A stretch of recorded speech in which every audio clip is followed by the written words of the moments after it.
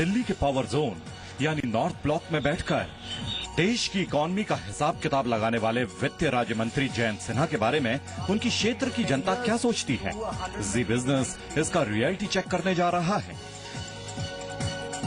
जहां बात इकोनॉमी की भी हो और सियासत की भी। हमारे साथ हैं श्री जयंत सिन्हा। हम इस समय मौजूद हैं रांची एयरपोर्ट पर और उनके साथ हम चलने वाले हैं उनकी कॉन्स्टिट्यूंसी यानी हजारीबाग। सर बहुत बहुत स्वागत है आपका एंड इट्स अ प्लेजर। सबसे पहले तो बधाई हो, 2 साल का जो कार्यकाल है वो अपने आप में बहुत ऐतिहासिक दिवस है। आपको मालूम है इसी दिन 2 साल पहले एग्जैक्टली जनता ने हमें एक बहुत ही ऐतिहासिक निर्णय दिया और जिसके कारण आज हम लोग यहाँ रांची में खड़े हैं। और आप 2 साल का रिपोर्ट कार्ड भी रिलीज करने वाले हैं। बिल्कुल, ये मेरा 2 साल का रिपोर्ट कार्ड है। जब चुनावी प्रचार चल रहा था तभी हमने सब लोगों को कहा था कि हमारी जो सरकार होगी वो एक नई किस्म की सरकार होगी, एक ऐसी सरकार होगी जिसमें हम जो भी कुछ करेंगे पारदर्शी तरीके से करेंगे और हम जवाबदेही रहेंगे। और उसी वचन को पूरा करने के लिए मैं हर साल अपना एक रिपोर्ट कार्ड छपाता हूँ और उस रिपोर्ट कार्ड में जितना कुछ हम लोगों ने किया है 2 साल में उनका हम पूरी तरीके से हम जिक्र करते हैं। यानी ये आपकी निजी जवाबदेही है आपके वोटरों के प्रति। चलिए बहुत अच्छी बात है। और आज जयंत सिन्हा जी हमारे साथ पूरा दिन बिताने वाले हैं, तो चलिए शुरुआत करते हैं और रास्ते में कुछ वोटर्स से भी मिलेंगे। कौन सा?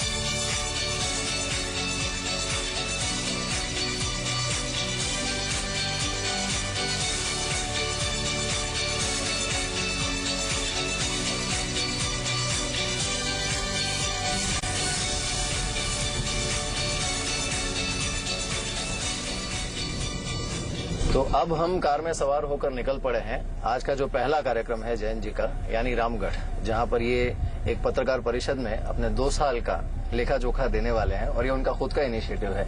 जयंत जी, आमतौर पे जो सबसे बड़ी शिकायत होती है आम जनता की वो यही होती है कि नेताओं की जवाबदेही नहीं होती है। आप खुद ही इनिशिएटिव लेते हैं, हर साल अपना खुद ही पूरा कच्चा चिट्ठा खोल देते हैं वोटरों के सामने। नहीं, बिल्कुल जरूरी भी है क्योंकि लोगों को एक तो खबर मिलनी चाहिए कि क्या क्या काम हुआ है, जिसको हम इस पुस्तिका से इसको प्रकाशित करते ही हैं। पर साथ साथ अगर लोगों की कोई भी शिकायतें हों, लोगों को कुछ भी बात प्रकट करना हो तो इस प्रकार से वो खुली तरीके से करते हैं, चाहे वो प्रेस वार्ता के द्वारा करें हम लोग या जो हम पंचायतों में दौरा करते हैं वहाँ लोग करते हैं। तो अक्सर जब हम जाते हैं गाँव में तो वहाँ हम लोग एक चौपाल वगैरह करते हैं और चौपाल में सब जनता वहाँ बैठती है। और इसमें देखिए एक पिक्चर भी है इस टाइप का एक उदाहरण इसमें भी हम लोगों ने दिया हुआ है।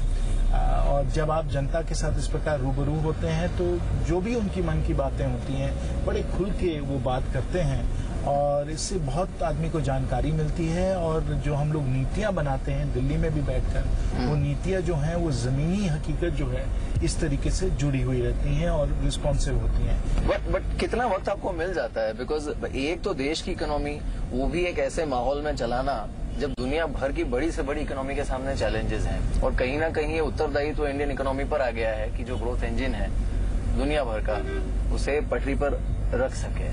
तो एक तरफ वो चैलेंजेस, फिर देश में जो पिछले 10 सालों में मोदी सरकार आने के पहले के 10 सालों में जो एक वातावरण बन गया था उसमें काफी हद तक डीक्लटर करना जरूरी था। एक तरफ वो चैलेंजेस, दूसरी तरफ ये क्योंकि आपकी जन्मभूमि भी रही है, आप यहीं से बिलोंग करते थे, ये बैलेंस कैसे करते हैं आप?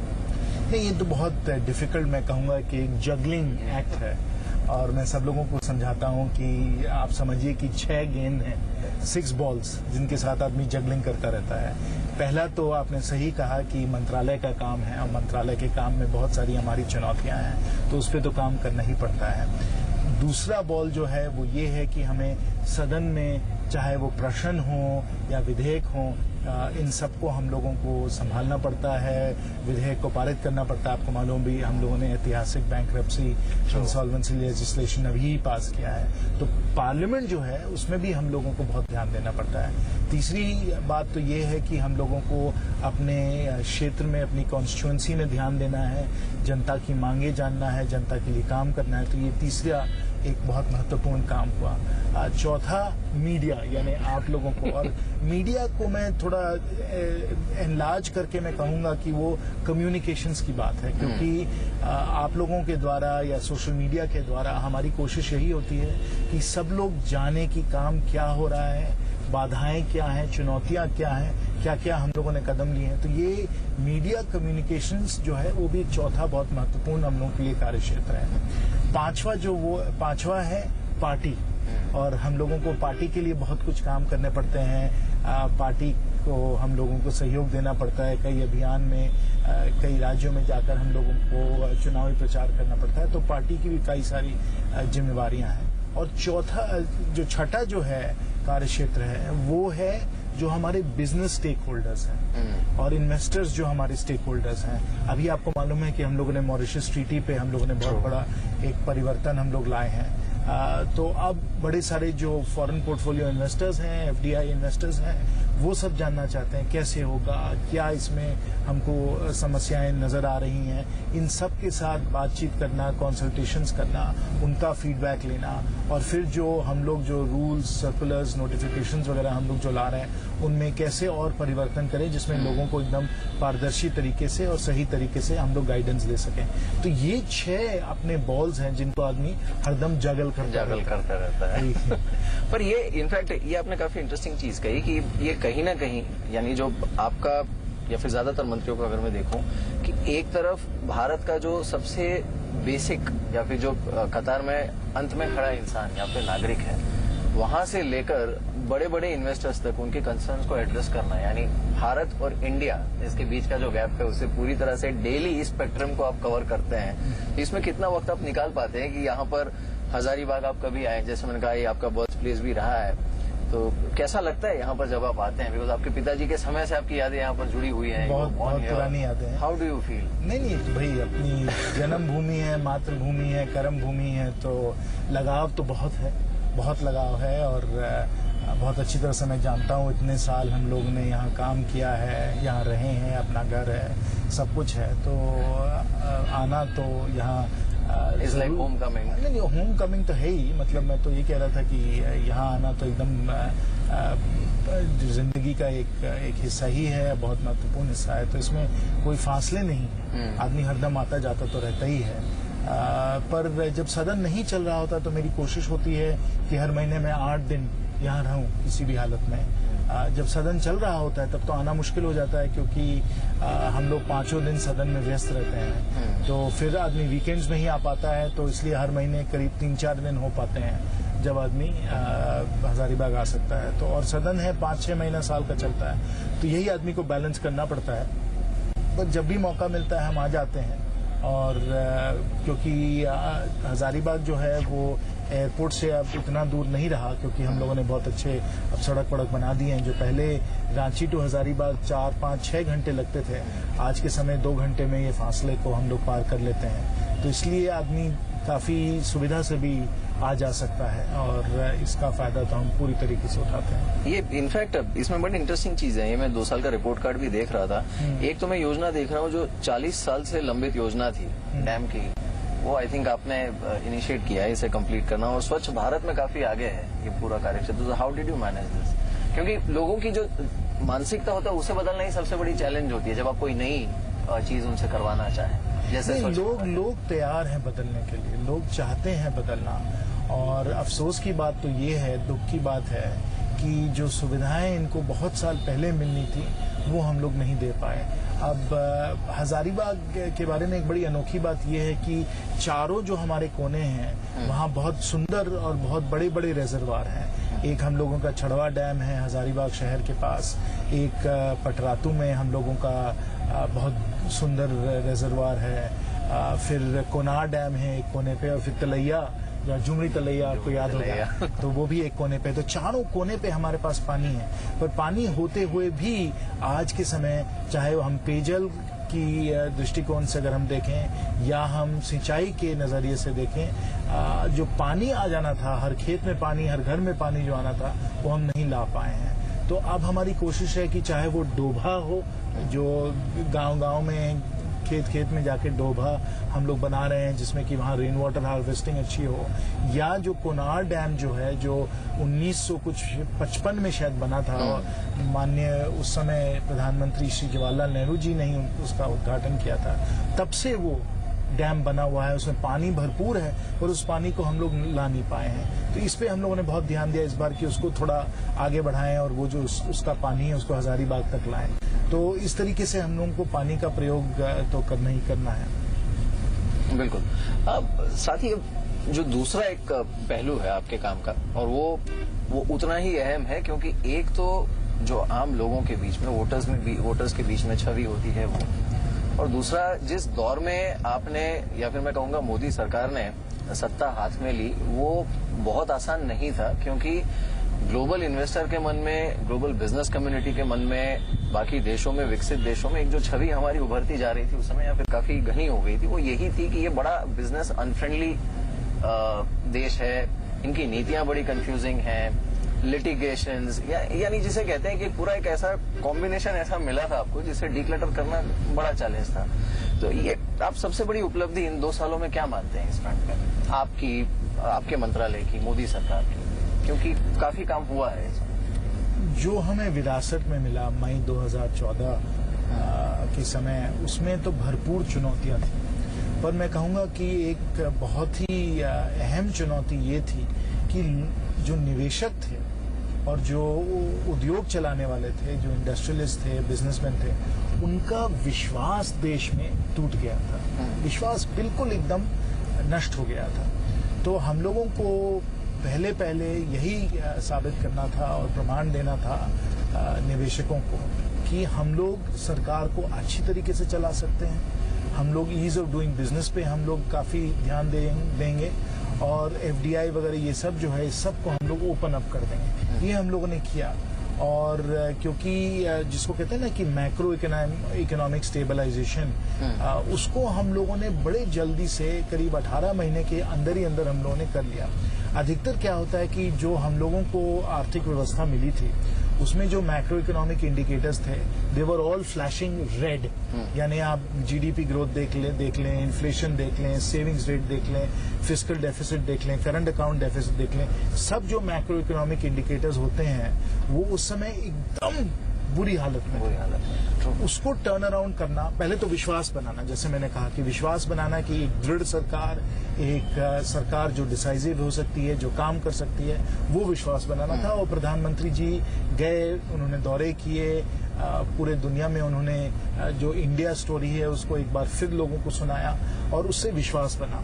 पर विश्वास जब बन गया, जो उसके आगे फिर हम लोगों ने किया वो मैक्रो इकोनॉमिक टर्न अराउंड 18 महीने के अंदर ही अंदर हम लोगों ने कर लिया है। ये जो स्टेबलाइजेशन, जो टर्न अराउंड अधिकतर होता है, उसमें 3-4 साल लग जाते हैं, हम लोगों ने 18 महीने में कर लिया।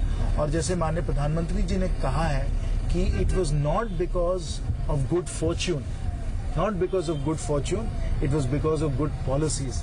यानी कि ऐसा नहीं था कि सिर्फ ऑयल प्राइसेस के कारण, उनके घटने के कारण हम लोगों ने मैक्रो इकोनॉमिक स्टेबलाइजेशन किया। वो इसलिए हुआ कि हमारी नीतियां जो थी वो सही थी।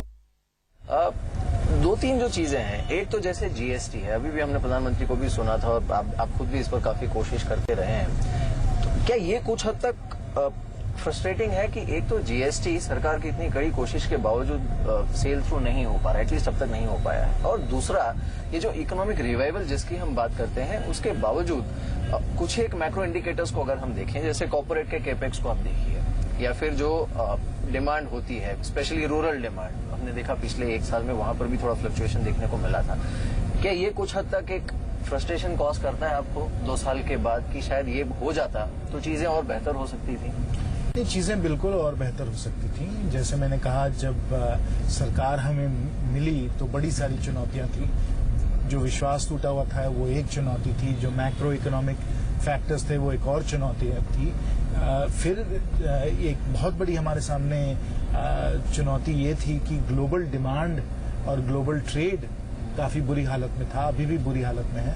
और उसके तत्पश्चात 2 जो बरसात हुई हैं, वो दोनों बरसात डिफिशिएंट हुई, तो ये भी बहुत बड़ी चुनौती हमारे सामने थी। पर एक चीज को सब लोग भूल जाते हैं, और वो है कि क्योंकि हम लोगों को लोकसभा में इस प्रकार का, जिसको कहते हैं ना, वंस इन जेनरेशन, मतलब 30 साल के बाद एक पार्टी को मेजोरिटी मिली लोकसभा में, लोग ये भूल जाते हैं कि राज्यसभा में हमारी मेजोरिटी नहीं थी। और जब भी हमको कोई भी विधेयक पारित करना है, चाहे वो जीएसटी हो या लैंड रिफॉर्म हो, उसमें हमें लोकसभा में भी पारित करना पड़ता है और राज्यसभा में भी पारित करना पड़ता है। तो जनता ने तो हमें जनादेश दिया लोकसभा में, परंतु राज्यसभा में जो ऑपोजिशन पार्टीज थी, जो हमारे विपक्ष की जो हमारी जो दल थे, उनका बिल्कुल ये मन नहीं था कि जो हमारी आर्थिक नीतियां हैं उनमें हम लोगों को इतनी सफलता मिले। उनकी कोशिश ही यही थी कि इसको ब्लॉक किया जाए, कि इसे रोक दिया जाए, क्योंकि वो ये नहीं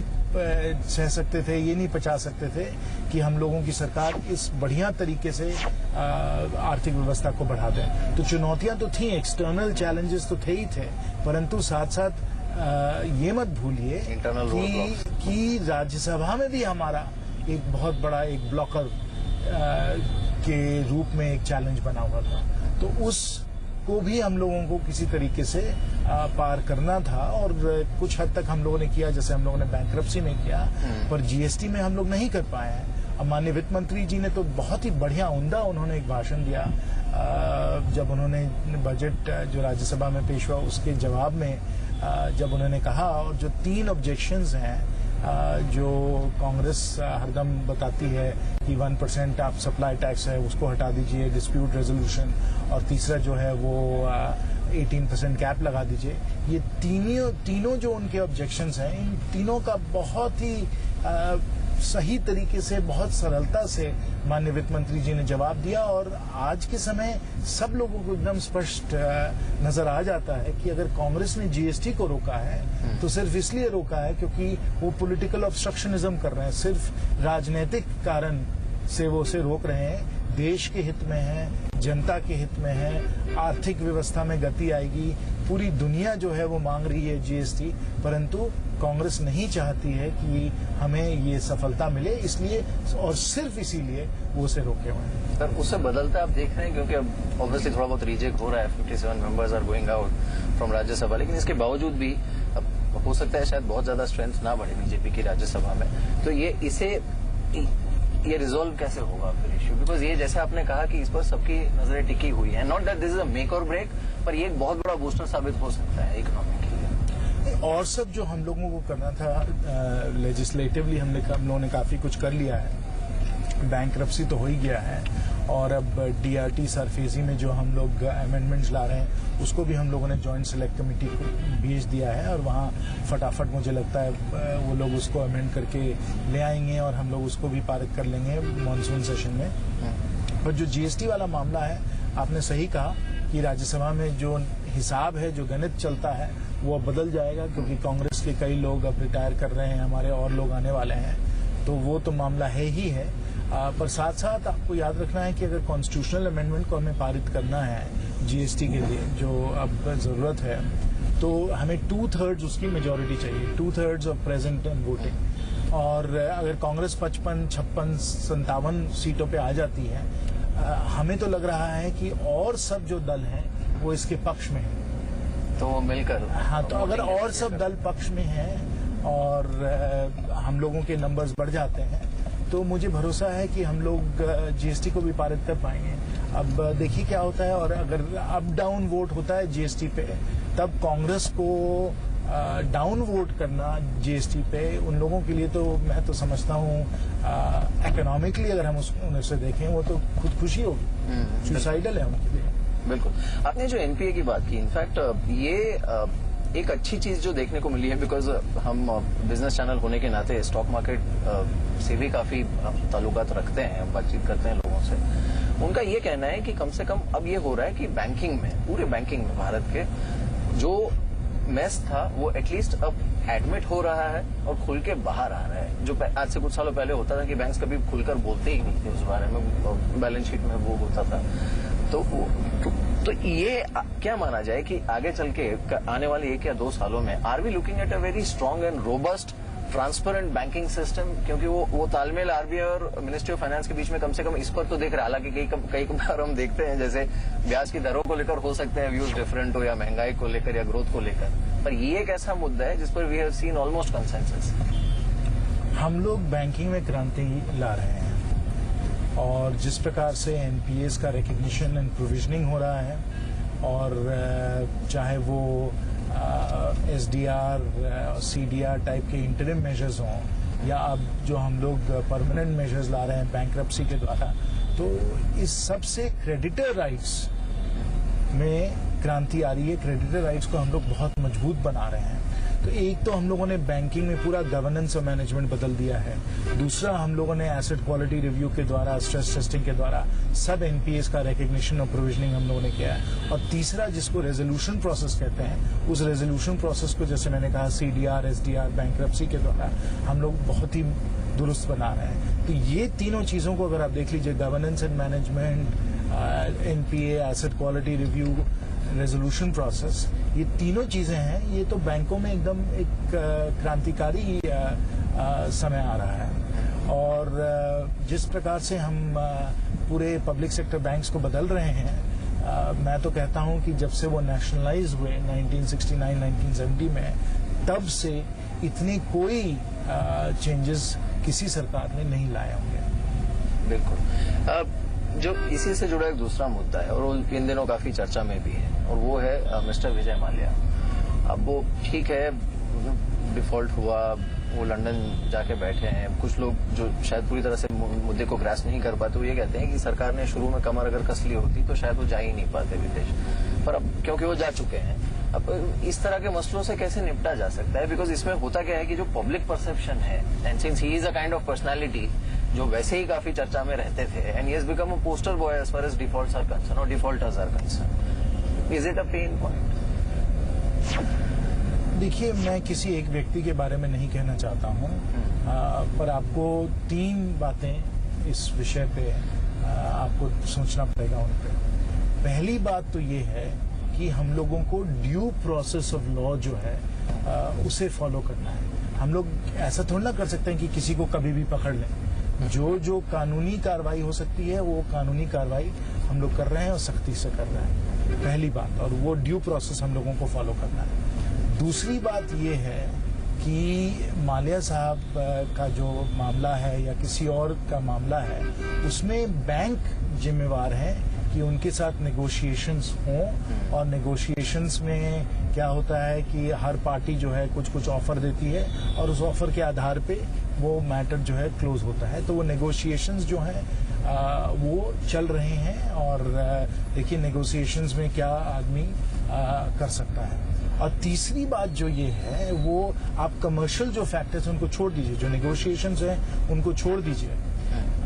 हम लोगों को ये भी देखना है कि कुछ गैर कानूनी काम हुआ कि नहीं हुआ, कोई क्रिमिनल चीजें हुई कि नहीं हुई, और उस पे जो है हम लोगों को एकदम full proof evidence, full proof facts लाने पड़ेंगे। और जब वो फुल प्रूफ फैक्ट्स हम लोग ला पाएंगे, जब हम लोगों को पता चल जाएगा, तब जो कार्रवाई होनी है वो बड़ी सख्ती से होगी। तो ये सब चीजें को हम लोगों को ध्यान में रखकर ही हम लोग आगे बढ़ सकते हैं। आप खुद और ये किसी भी बोरोवर पे ये सब लागू है कि नंबर 1 हम लोगों को ड्यू प्रोसेस फॉलो करना है, नंबर 2 जो कमर्शियल एस्पेक्ट्स हैं, कमर्शियल नेगोशिएशंस है वो होते हैं, और तीसरी जो भी क्रिमिनल एक्शंस होते हैं उस पर भी जांच होती है, और जब फुल प्रूफ हम लोगों को उस पर एविडेंस मिलता है तब हम लोग कार्रवाई कर सकते हैं। इनफैक्ट कई जो कॉर्पोरेट्स है जिनसे हमारी बात होती है, तो उनका यही फीडबैक है कि ऐसा नहीं है कि काम नहीं हुआ है, लेकिन स्ट्रक्चरली इतनी चीजें बदली हैं फंडामेंटली कि भविष्य में इसके हमें बहुत अच्छे नतीजे देखने को मिलेंगे, चाहे वो पावर सेक्टर हो, बैंकिंग सेक्टर हो, मैन्युफैक्चरिंग हो, इन सब में। तो क्या ये माना जाए फिर कि अगले 10-15 साल के विजन के साथ एक बहुत बड़ा बेस तैयार किया जा रहा है यहाँ पर मोदी जी के नेतृत्व में, जिनके आप भी नुमाइंदे हैं, कि एक फर्म ग्रोथ पाथ पर देश की इकोनॉमी आने वाले कुछ सालों तक कायम रहे? नहीं, दोनों लक्ष्य हैं। पहला लक्ष्य तो ये है कि शॉर्ट टर्म में लोगों को लाभ हो, बिजनेसेस आगे बढ़ें, जॉब क्रिएशन हो, तो शॉर्ट टर्म पे भी हम लोग ध्यान दे रहे हैं, और जो लॉन्ग टर्म है उस पर भी हम ध्यान दे रहे हैं। कोशिश हमारी है लॉन्ग टर्म की कि एक प्लेटफॉर्म फॉर ग्रोथ बने, बिकॉज हम लोगों को जो जीडीपी ग्रोथ रेट सस्टेन करना है वो हम लोगों को डेकेड्स के लिए करना है। मतलब अगले 25-30 साल हम लोगों को 7-8%, 9% पे हम लोगों को बढ़ते चले जाना है। तो लॉन्ग टर्म पे भी हम ध्यान दे रहे हैं। काफी कुछ जो हम लोगों ने किया है वो लॉन्ग टर्म के लिए है, पर हम लोगों ने शॉर्ट टर्म के लिए भी बहुत कुछ किया है। आपको मालूम है कि पावर सेक्टर को कम्प्लीटली रिफॉर्म कर दिया गया है। रोड्स जो हैं उन पे हम लोगों ने बहुत जोर शोर से काम किया है। रेलवेज में हम लोग परिवर्तन लाए हैं। सिंचाई पे हम लोग काम कर रहे हैं। हम लोगों ने हर पंचायत को अब 14 फाइनेंस कमीशन के तहत हम लोगों ने हर पंचायत में 15 से 20 लाख रुपए का हम लोगों ने धनराशि का प्रावधान किया है। और इस तरीके से जो आज के दिन छोटे छोटे गांव में काम होते हैं, चाहे वो पीसीसी सड़क हो, तालाब का गहरीकरण हो, सामुदायिक भवन हो, चापा नल बनाने की जरूरत हो, ये सब जो छोटे छोटे काम हैं जो आज की तारीख जिनकी बहुत जरूरत है, वो भी हम लोग आज कर लें। जैसे मैंने पहले कहा कि डोभा हम लोग बनवा रहे हैं, सब जगह डोभा बनाया जा रहा है जिसमें कि इस बरसात में रेन वाटर हार्वेस्टिंग हो। तो short term and long term दोनों पे हमारा नजर है और दोनों पे हम लोग काम कर रहे हैं। अब काफी हमने बिजनेस की बातें कर ली, काम की बातें कर ली। कमिंग बैक टू हजारीबाग, जी, आप अपने पिता से सलाह लेते हैं? बिल्कुल, अब बिल्कुल सलाह लेते हैं। मैं सबसे सलाह लेता हूँ और उनकी सलाह तो हरदम बहुत ही अनुकूल रहती है। कभी कभी कैसा लगता है जब वो थोड़े तीखे शब्दों में कभी सरकार की आलोचना कर देते हैं, या फिर कि कोई ऐसी नीति होती है जिस पर उनकी तरफ से कोई व्यंग कसा जाता है, आपको कैसा लगता है उस समय? देखिए, हम लोगों को सब लोगों की राय लेनी चाहिए, सब लोगों से फीडबैक लेना चाहिए, और जो भी फीडबैक कंस्ट्रक्टिव है, जो भी फीडबैक पॉजिटिव है, जिससे देश आगे बढ़ सकता है और देश के हित में, तो उसको हम लोग जरूरी तौर से तो स्वीकार करेंगे। कभी उनसे बात हुई आपकी ऑफ रिकॉर्ड, ऐसे जीएसटी या किसी मुद्दे पे उनसे कोई सलाह मशवरा आपने किया कि क्या किया जाए? इतनी बड़ी चैलेंज है सरकार के सामने, लेकिन रास्ता नहीं निकल रहा, हल नहीं निकल रहा, इस तरह की कोई इफ यू कैन शेयर। देखिए, सब लोगों से हम लोगों को सलाह मिलता रहता है, और जब मैं अपने पिताजी की बात करूं, अक्सर वो अखबारों में भी लिखते हैं और बताते हैं किस तरीके से हम लोग विषयों को संभाल सकते हैं। तो इस तरीके से बहुत सारे सलाहकार हैं और बहुत हम लोगों को अच्छे अच्छे सुझाव मिलते हैं। सो टिपिकली आज तो चलिए हम हजारीबाग जा रहे हैं, बट टिपिकली आप हाउ योर डे स्टार्ट्स, आप कितने बजे शुरू करते हैं? बिकॉज आई नो मोदी सरकार में सारी मंत्रियों के दिन काफी लंबे होते हैं। नहीं, मैं तो रोज 7 बजे उठ ही जाता हूँ। I am a bit of a late sleeper. कुछ लोग हैं जो बहुत ही जल्दी उठ जाते हैं, पर मैं 7 बजे रोज उठता हूँ। सोते सोते 1-1:30 तो बज ही जाते हैं, तो 7 बजे उठकर तैयार होता है आदमी। मैं हर दिन सुबह योगा और ध्यान जरूर करता हूँ, बहुत दिनों से मेरी आदत है, तो उसमें थोड़ा समय निकल जाता है। बट बाय 9 o'clock, 9 बजे सुबह से मैं काम में लग जाता हूँ, और चाहे दिल्ली में हूँ या हजारीबाग में हूँ, मैं हरदम पहले लोगों से ही मिलता हूँ, और करीब 1-1.5 घंटे बहुत सारे लोग आते हैं, उनसे मुलाकात होती है, लोगों की सिफारिश होती है, कुछ लोगों से सलाह भी मिलती है। तो ये करीब 9 से लेकर 10, साढ़े 10 बजे तक रोज सुबह मैं इस समय को जनता को देता हूँ। और उसके तत्पश्चात अगर दिल्ली में हूँ तो चाहे सदन हो या मंत्रालय, और अगर हजारीबाग में हूँ तो फिर दौरे में हम लोग निकल जाते हैं। पंचायत हो या कोई हम लोगों को नया कोई प्रोजेक्ट का उद्घाटन करना हो, तो आदमी क्षेत्र में घूमता फिरता रहता है। आते आते 7:30-8 तो बज ही जाते हैं, चाहे मंत्रालय हो या क्षेत्र हो। और फिर थोड़ा बहुत आदमी खाना वाना खाता है, और उसके बाद फिर बैठकर आदमी चाहे कुछ पढ़ता है या ईमेल, सोशल मीडिया, हाँ, इसी सब में परिवार के साथ थोड़ा बहुत इसी सब में समय निकल जाता है। बिल्कुल। तो इकॉनमी पर गिनवाने के लिए सरकार के पास काफी कुछ है, लेकिन बड़ा सवाल सियासत का भी है, जिसका जायजा हमने पीएम मोदी के खास अंदाज यानी चाय पर चर्चा करते हुए लिया। ये पूरी चर्चा हम आपको ब्रेक के बाद दिखाएंगे। कोयले का घोटाला दिखाया, जमीन का घोटाला दिखाया, स्पेक्ट्रम का घोटाला दिखाया, अंतरिक्ष का घोटाला, ऊपर से नीचे घोटाला ही घोटाला, देश में घोटाला, विदेश में घोटाला। अब वो तो कांग्रेस सरकार की तरीका ही रहा है।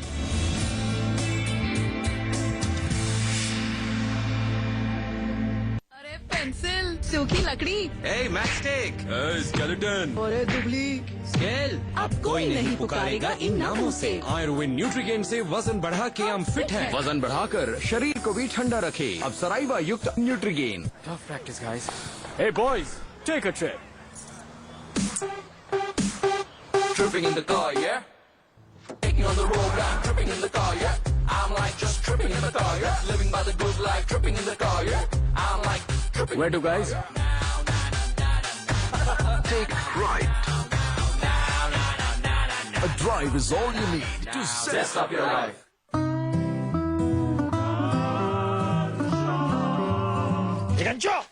डॉक्टर घनश्याम इज्जत कमाने के लिए इतना कुछ किया और इत्तू से गिले गवा दी ना।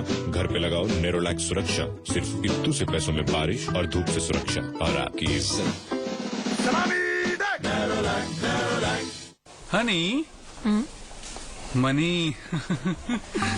हनी, हनी। हो सकता है आपके हनी में पानी की मात्रा ज्यादा हो। डाबर हनी FSSAI के सारे स्टैंडर्ड्स पर खरा उतरता है, क्योंकि डाबर हनी मतलब प्योरिटी गारंटीड। सिर्फ मनी मत देखिए, अपने हनी पर भी ध्यान दीजिए।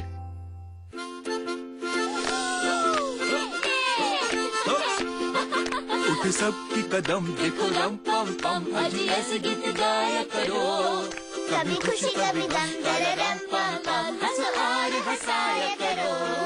उठी सबकी कदम रम पम पम, कभी खुशी कभी गम, दरदम पम पम, हंसो और हंसाया करो। सबको साथ साथ मस्ती कराए। आरामदायक और stylish 8 seater diesel van Mahindra Supro. सफर बने मस्ती भरा। आपका साधारण टैंक में लगातार प्रॉब्लम, तो प्लम्बर के साथ ऐसा करीबी रिश्ता जुड़ेगा ही। ले आइए सिंटेक्स का triple layered water storage solution. Sintex, we make sense. आम की मिठास अब और भी खास। Sip India sip, mango sip. Pioneer in innovative roofing solutions. Proflex.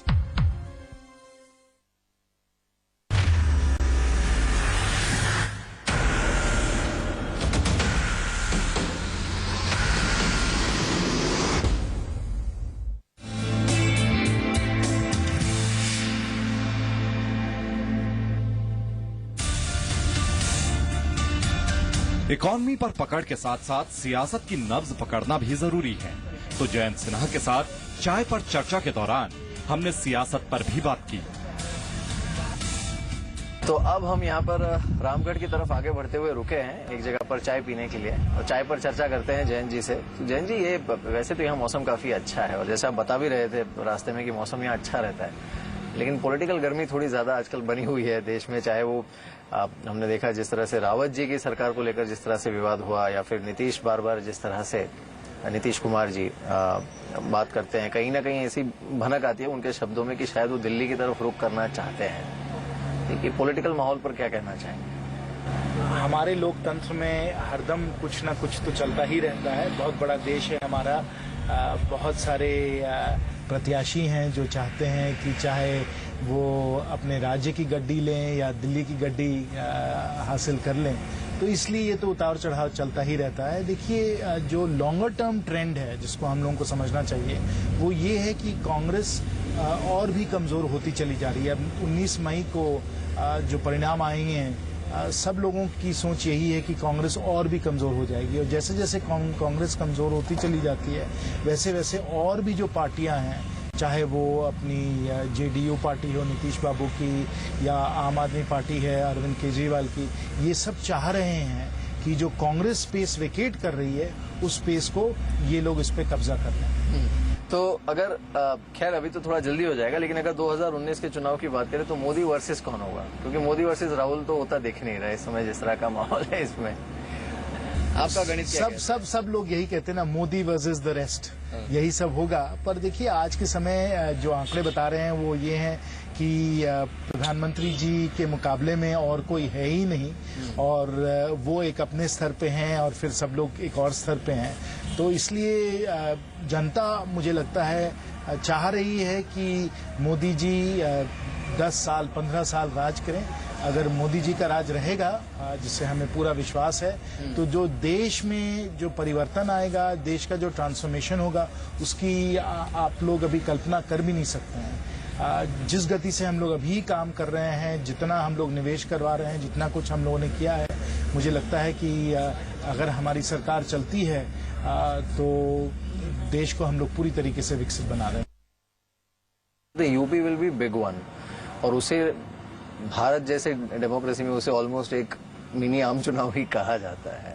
वो कितना बड़ा चैलेंज होगा वहां पे, जिस तरह के पॉलिटिकल इक्वेशन इस समय डेवलप हो रहे हैं, बिकॉज 2019 का बहुत बड़ा संकेत निकलेगा भाजपा के लिए वहां से। देखिए, बहुत एक मशहूर कहावत है, और कहावत ये है कि a week is an eternity in politics.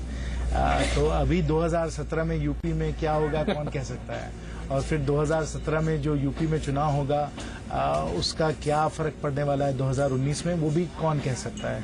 इसलिए हम लोगों को पहले तो जो अभी परिणाम आने वाले हैं उन पे नजर रखना है, और फिर हमें देखना है कि किस तरीके से हमारा संगठन जो है वो हम लोग और भी मजबूत हम लोग उसको बनाते चले जाएं।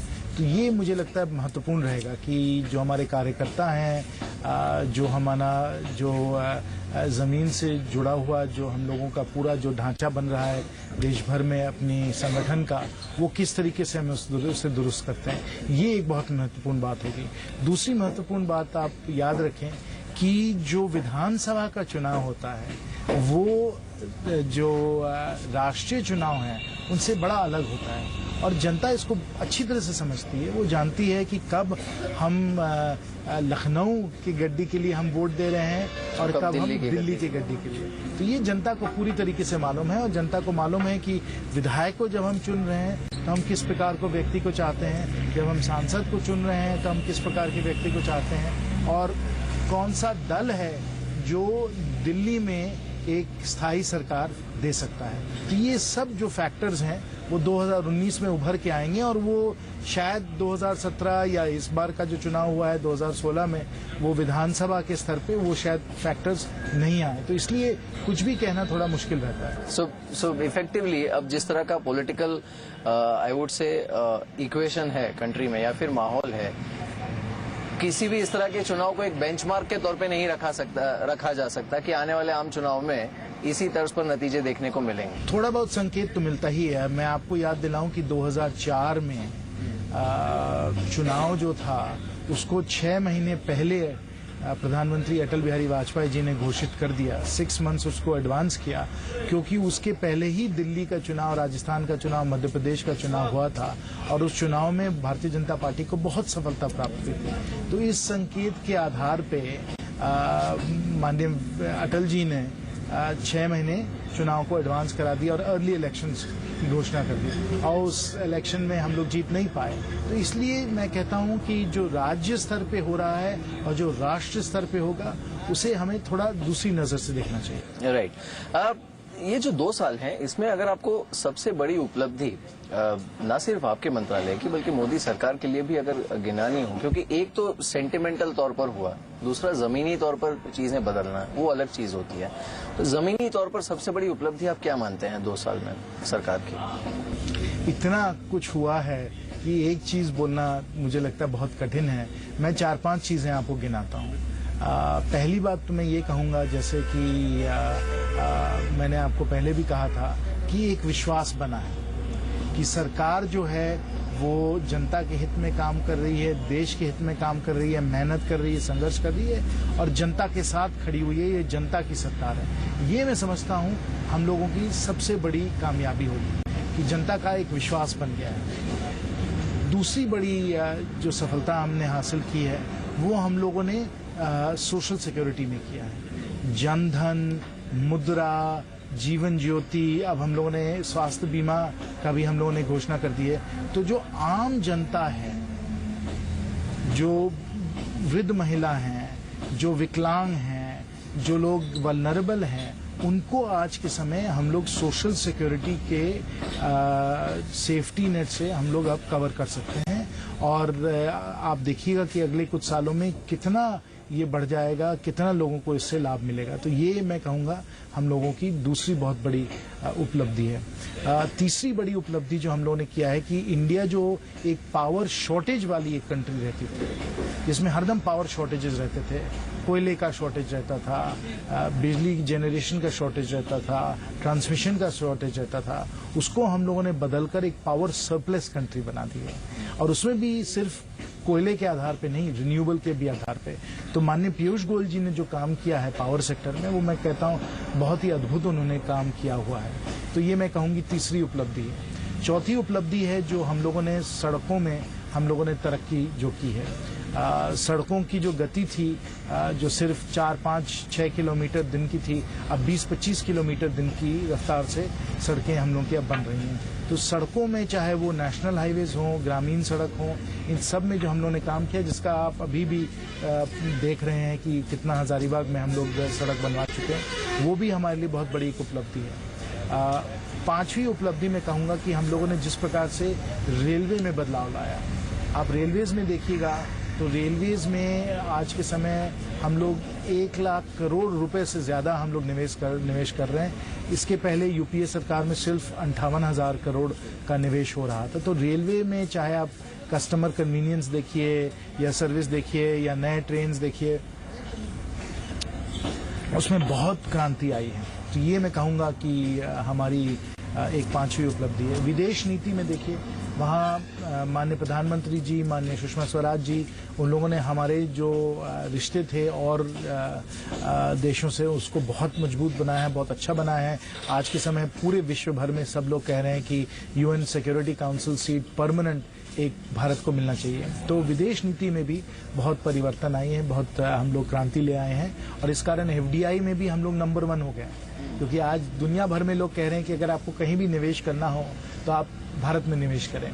तो ये बहुत एक अद्भुत बात कि चाइना से आगे बढ़कर आज के समय हम लोग नंबर 1 हो गए हैं एफडीआई में, फॉरेन डायरेक्ट इन्वेस्टमेंट में। $56 बिलियन हम लोगों को मिले हैं पिछले वित्तीय वर्ष में। इसमें हम लोग नंबर 1 हो गए क्योंकि हमारी विदेश नीति इतनी दुरुस्त हुई है। तो ये मैं कहूँगा कि कुछ हमारी प्रमुख उपलब्धियां हैं। बिल्कुल।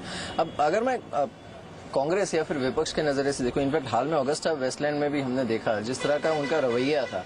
अब आप एक सरकारी नुमाइंदे होने के नाते इस पर क्या कहना चाहेंगे? बिकॉज उन्होंने तो हाथ खड़े कर दिए, कहा हम सारी जांच के लिए तैयार हैं, लेकिन जिस तरह से नाम आए हैं और इसमें lot of credibility is at stake even from defence establishment, और कांग्रेस तो खैर है ही या फिर गांधी परिवार, तो इसे कैसे देखते हैं? बिकॉज ये जितना जल्दी कंक्लूड हो जांच और इसके निष्कर्ष तक पहुंचा जाए, वो बहुत जरूरी है सच्चाई देश के सामने लाने के लिए।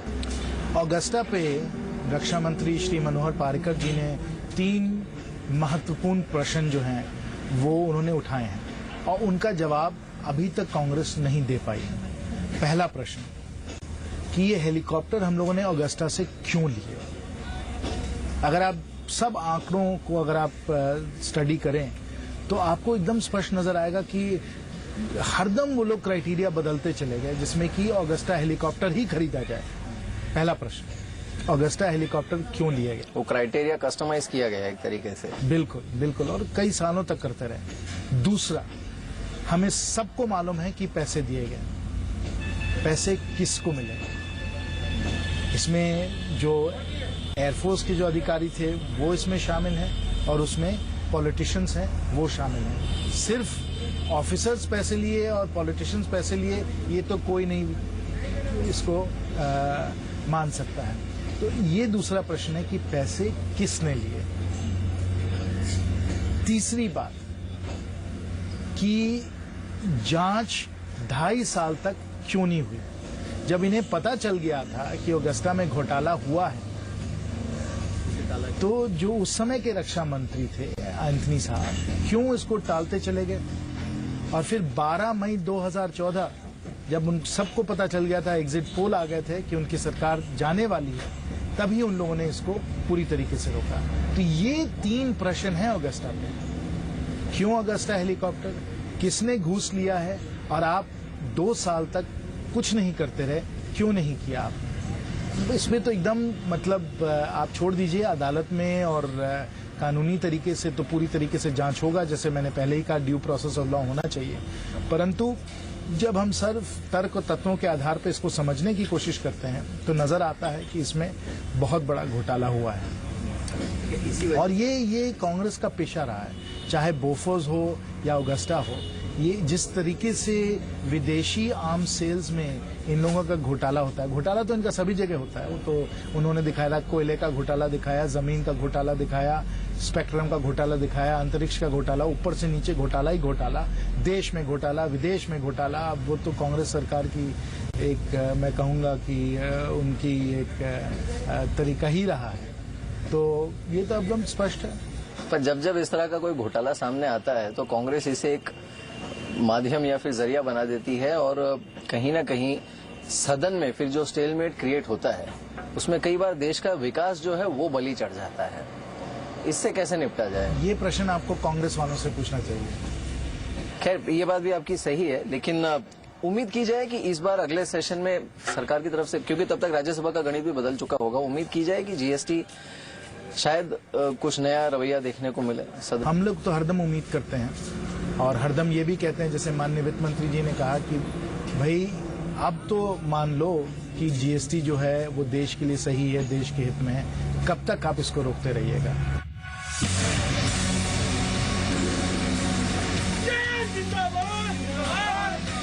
सियासत पर दिल खोलकर हुई इस चर्चा के बाद जयंत सिन्हा ने अपने संसदीय क्षेत्र में 2 साल के कामकाज का हिसाब दिया। अपने सफर के दौरान हम जयंत सिन्हा के साथ उनके पुश्तैनी घर भी गए, जहां खेती बाड़ी से लेकर गौशाला तक सब कुछ मौजूद है। यानी देश की अर्थव्यवस्था का हिसाब किताब लगाने वाले जयंत सिन्हा खुद जमीन से कितने जुड़े हैं, इसका जायजा भी हमने लिया। अब बारी है इस सफर के सबसे अहम हिस्से की, जहां जी बिजनेस के प्लेटफॉर्म पर नेता और जनता दोनों आमने सामने होंगे। हम हजारीबाग से सांसद जयंत सिन्हा को उनके क्षेत्र की जनता के सामने लेकर गए, जहां उनके कामकाज का रियलिटी चेक हुआ। तो दिन अब ढलने वाला है। अब तक हमने जयंत सिन्हा जी के साथ उनके चुनावी क्षेत्र का तो दौरा किया ही है, उनके कॉन्स्टिट्यूंसी का, लेकिन अब हम हजारीबाग से नजदीक एक छोटे से कस्बे में हैं और यहाँ पर इस एक परिवार के साथ हम मौजूद हैं। जयंत सिन्हा जी भी यहाँ पर हैं और हम यहाँ पर रियलिटी चेक करने वाले हैं कि जो अच्छे दिन जिसका मोदी जी ने वादा किया था करीब 2 साल पहले, क्या वो वाकई में आए हैं? और यहाँ पर सरकार के नुमाइंदे जयंत सिन्हा जी हैं, तो हम उन्हीं से इस बारे में सवाल भी करेंगे। लेकिन मैं आपसे शुरू करता हूँ। आपका नाम क्या है मैम?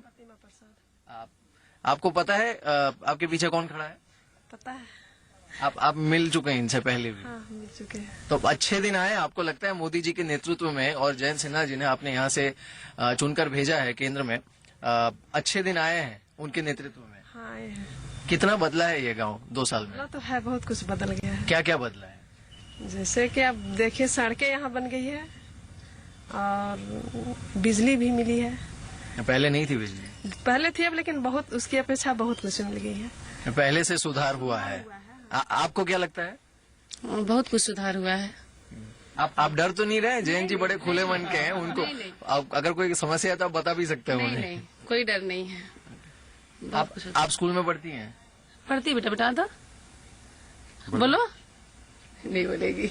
ये आपकी भविष्य की वोटर है। वैसे जयंत जी, आप खुद भी, क्योंकि आप यहाँ पर इतने लंबे अरसे से जुड़े रहे हैं, तो जो सबसे मूलभूत सुविधा जिनका काफी अभाव कुछ सालों पहले था, तो सबसे बड़ी चुनौती इस समय भी इस क्षेत्र में क्या लगती है आपको? नहीं, दीदी ने बिल्कुल सही कहा है कि हम लोगों को जो मौलिक सुविधाएं हैं, बिजली, सड़क, पानी, इन सब का हम लोगों को बंदोबस्त करना है, जरूरी यही है पहले।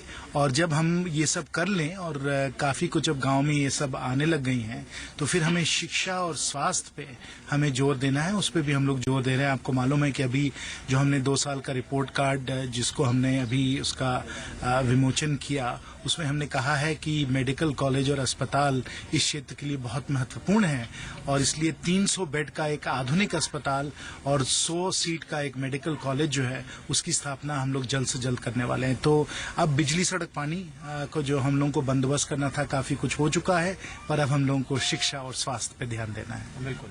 चलिए, तो जो महिलाएं हाउस वाइफ हैं वो तो काफी खुश हैं, कुछ जो पुरुष हैं यहाँ पर उनसे बात करते हैं। आप क्या करते हैं? काम कई प्राइवेट ट्रैक्टर है मेरा। आपका ट्रैक्टर है, आपका खेत में चलाते हैं जी। आपको क्या लगता है पिछले 2 सालों में चीजें कितनी बदली हैं? क्या वाकई अच्छे दिन आए हैं? अच्छे दिन आए हैं, लेकिन 50% अभी बदले हैं, 50% अभी बदलना बाकी है। तो जयंत जी खुद यहाँ पर खड़े हैं, क्या बदलना चाहेंगे आप? जो 50% नहीं बदला है वो क्या है? बहुत पानी का समस्या यहाँ पर है, किसान को बहुत दिक्कत होता है पानी में खेती करने के लिए। भाई उनसे मंत्री से गुजारिश है कि खेती करने के लिए पानी उपलब्ध कराए हम लोग का। और क्या समस्या है? और थोड़ा लाइन थोड़ा तंदुरुस्त करवाए, बहुत बिजली कट रही है अभी 2 दिन में, और रोड थोड़ा तो सब कुछ मंत्री जी ही करा लें, रोड भी बनवा लें, बिजली भी चलवा लें, पानी भी इलाज है। आपकी क्या समस्या है? हमारा समस्या है सर, यहाँ पानी की बहुत दिक्कत हो रहा है अभी। गर्मी में बहुत दिक्कत है पानी का, और थोड़ा सा शिक्षा के प्रॉब्लम है कि यहाँ से कॉलेज जाने में बहुत दिक्कत हो रही बच्चे को। तो हम लोग चाहेंगे कि कॉलेज अगर नजदीक में खुल जाए तो बहुत बच्चियों हम लोग का जो है टेम्पू से जाना आना में बहुत दिक्कत होती है। लेकिन पहले से सुधार हुआ है, अच्छे दिन आए आपको लग रहा है? कुछ तो सुधार हुआ है, ऐसा बहुत सुधार हो गया है। अब जो है बचा हुआ मंत्री जी सब कुछ सुधार ही लेंगे धीरे धीरे। चलिए, तो जयंत जी काफी उम्मीदें हैं इन सबको आपसे, और अभी तो 2 साल हैं लेकिन 3 साल बाकी है। आप क्या इन्हें कहना चाहेंगे, क्योंकि आप काफी समय के बाद इस तरह से मीडिया के सामने इस तरह से रूबरू हो रहे हैं अपने क्षेत्र में, क्या कहना चाहेंगे आप सबको इस माध्यम से? नहीं, मैं तो हरदम ही जनता के साथ रूबरू करता रहता हूं और हर पंचायत में जाकर हम लोग चौपाल करते हैं। और जो आज भाई साहब जी ने कहा है, बिल्कुल सही बात कही है कि पानी की बहुत समस्या है, खासकर सुखाड़ का समय आया हुआ है, आपको तो मालूम ही है। और हम लोग कोशिश कर रहे हैं, चाहे वो डोभा वाला जो हमारा जो कार्यक्रम है जिसमें कि हम लोग जाकर हर घर में हम लोग डोभा का निर्माण करें और साथ साथ पेयजल की व्यवस्था भी दिलवाएं टैंकर के द्वारा या जल मीनार के द्वारा। इन सब पे हम लोग ध्यान दे ही रहे हैं। और आपको मालूम है कि प्रधानमंत्री सिंचाई योजना, जिस प्रकार से प्रधानमंत्री ग्राम सड़क योजना क्रांतिकारी रही है और जो सड़कें बनी है गांव में और हर गांव को हम लोगों ने शहर से जोड़ा है ग्राम सड़क योजना से, उसी तरीके से सिंचाई योजना के द्वारा हम लोग हर खेत में कोशिश करेंगे कि पानी पहुंचाए। चलिए, तो उम्मीद यही करते हैं कि ये जो कुछ थोड़ी बहुत समस्याएं उनका भी जल्द से जल्द निपटारा हो। तो ये थे जयंत सिन्हा जी, जिनके साथ आज हमने एक पूरा दिन बिताया है। लेकिन अब वापस जाने का वक्त है, क्योंकि हजारीबाग से इन्हें नॉर्थ ब्लॉक तक का सफर फिर से एक बार तय करना है। वहां पर भी आई एम श्योर कई काम पेंडिंग होंगे। बहुत बहुत शुक्रिया जयंत जी हमारे साथ इस बातचीत में शामिल होने के लिए।